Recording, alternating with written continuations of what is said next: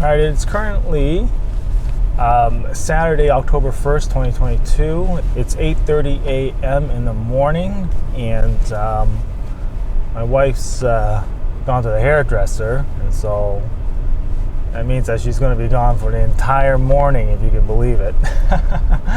Anyway, so that means I'm looking after the baby. He's in the back seat there, and I'm just making a Target run. I gotta pick up some diapers and wipes and cat litter and, it's all kinds of random life stuff. It is a pretty chilly morning and rainy, of course. So kind of like the last time I did a vlog like this with the RX-0 in my car. It is another rainy day. In terms of things that have happened this past week, our HVAC system finally got repaired. We've been without air conditioning or heat for, I want to say, well over a month now. And it's just been very difficult to get an HVAC person to come. Just because of availability, their availability, as well as our own work schedules. Yeah. And then even when we did get somebody over, he had to order parts, which took a little while. We needed to get a new blower fan, I guess, for our HVAC. But anyway, finally, as of yesterday, got our heat back on. In terms of interesting news, I just saw that Google Stadia is going to be closing soon. In January 2023, Google Stadia will cease to exist, and they're going to refund everybody for hardware purchased, as well as for all the game titles that they've purchased. It's interesting, because Google's a very, very large company, and you'd think that with that kind of technical know-how and capital, that they could make it work. This sort of cloud gaming work. But they failed. And it's interesting because, Google is a technology company, but they have failed on quite a number of projects. Cloud gaming is a very interesting concept, and, I would love to see it work because, the system requirements are getting more and more ridiculous for video games, and having to constantly be buying hardware, I don't know. It's just not a model that I love. Now that said, paying for a subscription service is also not a model that I love. But if done right, it can be like the Netflix of gaming, and hey. It might actually make sense. We have had Netflix for well over 7 years now. And I don't know that I don't know when we're gonna stop paying for it.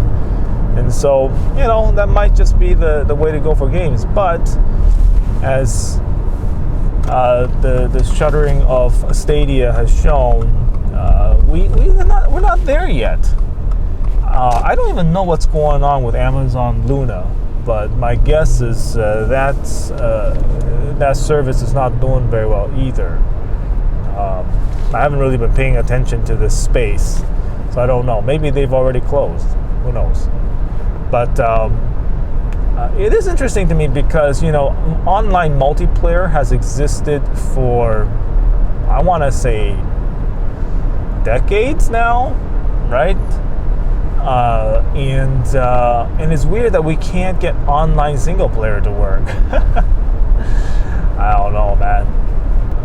I mean, there's definitely a lot of smart people working on this that know way more than I do, right? My guess is that with multiplayer, you're just sending code, but then all the graphical elements are rendered locally. But for cloud gaming, it's not just that code. All of the video data has to also be streamed, and so there's more data, I guess, that has to travel via the internet. I don't know. And then there's always the latency problem, which was the biggest hurdle that I could think of. Having your inputs travel all the way to a distant server, and then have it be processed at that distant server, the server, and then have that data sent back to you. To me, latency was always the major problem. And while I've never had Google Stadia, I did tinker a little bit with NVIDIA's GeForce Now, and that sort of implementation of cloud gaming actually kind of works. I like the idea of playing games that I already own and not having to pay for a subscription service. And it's just like a good first step into cloud gaming for those of us who don't want to commit yet. And the thing that really bothered me about it was just that, the latency, the fact that it was able to render Cyberpunk 2077 on a remote server. That was great. Not having to listen to my computer fans blowing like a rocket ship was nice, and being able to play it on my iPad or my iPhone, wherever is good. But latency was just a problem, and there was this constant hiccups, hang-ups, and sort of micro freezes that just kind of marred the experience. And so I don't know, I haven't touched GeForce Now for a long time. So yeah, I don't know, that's interesting. Google Stadia, dead. Cloud gaming, still not a thing in late 2022. That's it. All right, I am done my Target run, and also visited TJ Maxx as well as Bed Bath & Beyond, trying to find a draining soap dish. It's harder than you might imagine.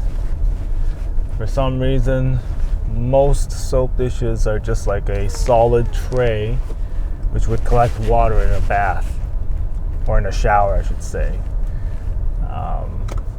Managed to find one finally. But it's not exactly the type I was looking for. I was looking more like a wire style dish. But I got this thing that looks like like a wooden cutting board. Hey, Doodle. I'm gonna head on home, have some lunch, feed the baby. And that's it. I'm shooting in Cine 1. I don't know, I thought I'd just play around with this profile. Another one I'd like to try is a fake S-Cinetone. There are various recipes that you can find online for faking a S-Cinetone on a Sony camera that doesn't have it. So I'd like to give that a shot.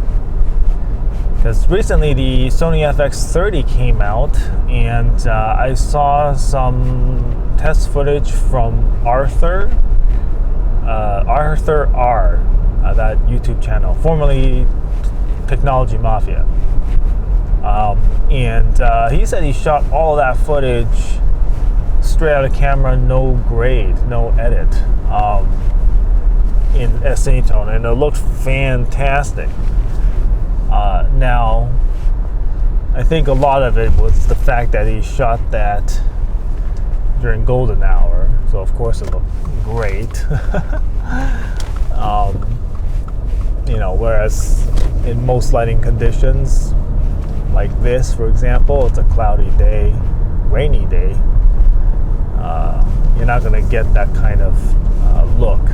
And of course, he shot everything in slow-mo, with his wife, hair blowing in the wind, and of course, everything looks great, and great music too. So never underestimate the effect all of those little things have on the overall feel of your video. Things like music, lighting, and subject matter, slow-mo, all of that stuff come together to create the image. And just because you have the camera, even if you were to go buy an FX30 camera, doesn't necessarily mean you're going to get the same great looking footage. Oh, looks like the kid is asleep. That took all of 2 or 3 minutes. He is just head bent over, completely stone cold sleep. Ooh, Mustang Mach-E. You don't see too many of those. In a previous video, oh shit, the battery's dead. I just got home and there are a ton of Cedar Waxwings in my tree.